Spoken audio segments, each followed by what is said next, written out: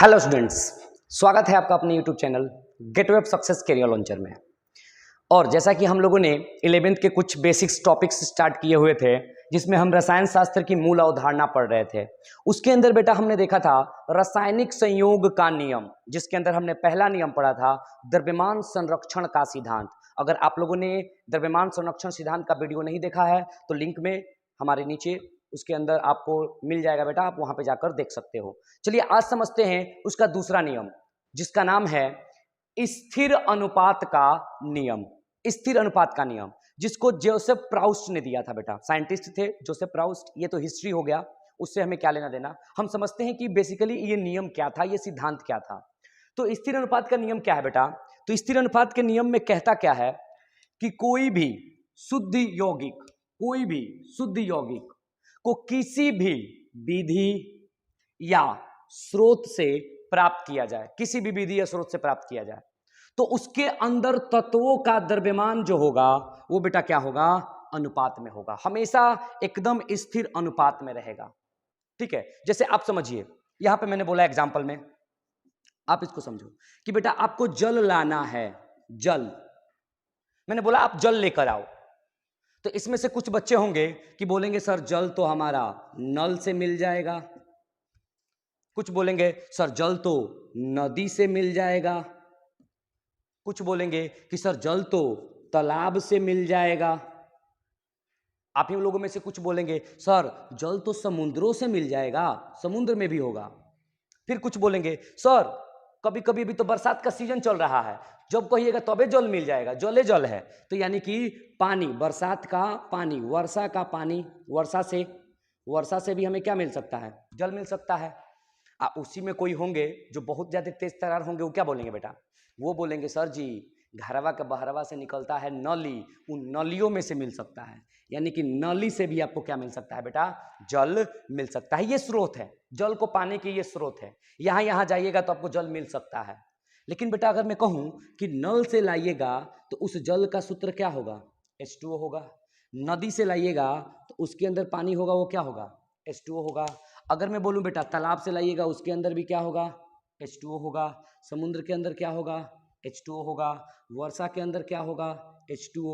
सबके अंदर H2O ही होगा बेटा, क्योंकि जल का रासायनिक सूत्र H2O ही होता है। अब जो कह रहा है कि किसी भी शुद्ध यौगिक को किसी भी विधि या स्रोत से प्राप्त किया जाए, ये अलग अलग स्रोत हैं, उसके तत्वों का द्रव्यमान का अनुपात हमेशा स्थिर होता है। तो चलिए, इसके अंदर हाइड्रोजन 2 है, तो एगो हाइड्रोजन का द्रव्यमान 1, तो 2 का कितना हो जाएगा? 2। और ऑक्सीजन का एगो का होता है 16, तो हो जाएगा 16, कटा दीजिएगा 1:8। यहाँ पे देख लो बेटा, तो यहाँ भी तो 2:16 होगा, जिसका निकल के क्या आएगा? 1:8। यानी कहीं से भी आप जल को लेकर आओ, उसमें से आपको क्या मिलेगा? एक ही अनुपात के अंदर रहेंगे। अब आप जल लेकर आओगे, उसके अंदर ये नहीं हो सकता है कि H2O2 हो, नहीं होगा बेटा, हमेशा H2O ही होगा। और उसके अंदर हाइड्रोजन का जो द्रव्यमान का अनुपात होगा 1, और ऑक्सीजन के द्रव्यमान का अनुपात होगा वो 8 ही हो सकता है, इससे ना कम ना इससे ज्यादा हो सकता है। ये तो स्रोत सब बेटा कहां कहां से हम लाया। चलिए रासायनिक अभिक्रिया करके देख लिया जाए। अगर हम रासायनिक अभिक्रिया करके देखते हैं, रासायनिक अभिक्रिया करके देखते हैं, चलिए मान लीजिए कि हमें कार्बन डाइऑक्साइड लाना है CO2, जो कि जब हम श्वास बाहर छोड़ते हैं तो उसमें से निकलता है कार्बन डाइऑक्साइड CO2। इसे हमें बनाना है। इसको बनाने के लिए कुछ नहीं करना है बेटा, कोयला लेकर आइए। कोयला के अंदर क्या होता है? कार्बन। उसको जला दीजिए, कोयला जला देने का मतलब क्या है बेटा? कि ऑक्सीजन की उपस्थिति रख दीजिए। कोयला तबे जलेगा जब ऑक्सीजन उपस्थित होगा, अगर ऑक्सीजन नहीं होगा तो कोयला नहीं जलेगा। जैसे ही कार्बन और ऑक्सीजन को जलाइएगा तो यहां पे बनेगा CO2। बात समझ में आया? ये CO2 आपको जलता हुआ मिलेगा, दिखाई देता हुआ मिलेगा। दूसरी चीज बेटा, कार्बन का छिलके के अंदर अंडे के छिलके के अंदर पाया जाता है कैल्शियम कार्बोनेट, जिसका सूत्र होता है CaCO3। आपने कोयला जलाया, कार्बन डाइऑक्साइड मिला, अब किसको जलाना है? अंडे के छिलके को। तो अंडे को छिलके को जलाने का मतलब उसको ताप दीजिएगा। अंडे के छिलकों को जलाइएगा तो यहां से मिलेगा बेटा CaO plus CO2, carbon dioxide आपको मिला। यानी एक कार्बन डाइऑक्साइड कब मिला? जब आपने कोयले को जला दिया। और एक कार्बन डाइऑक्साइड कब मिला? जब आप अंडे के छिलके को जला दिया। ये अंडे का छिलका मतलब कैल्शियम कार्बोनेट उसके अंदर उपस्थित होता है। संगमरमर आप लोगों ने देखा होगा, घर के अंदर संगमरमर होता है। उस संगमरमर पर, यानी कि अगर मैं बोलूं CaCO3 पर एक अम्ल होता है बेटा HCl।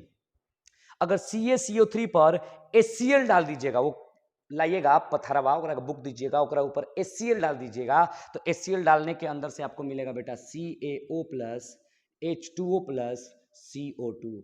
ये सभी के सभी CO2 गैस बनकर बाहर निकलेंगे।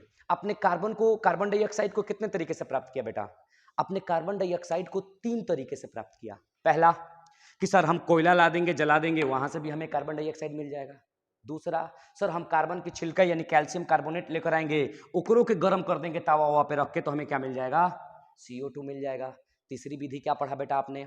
तीसरी विधि पढ़ा सर कि संगमरमर जो होता है ओकरा के बुक देंगे, ओकरा अंदर HCl अम्ल डाल देंगे, तो जैसे ही HCl अम्ल डालेंगे ओकरा अंदर से वो गैस निकलेगा, जो कौन सी गैस होगी? Carbon dioxide. तीनों जगह से हमने CO2 CO2 CO2 निकाला।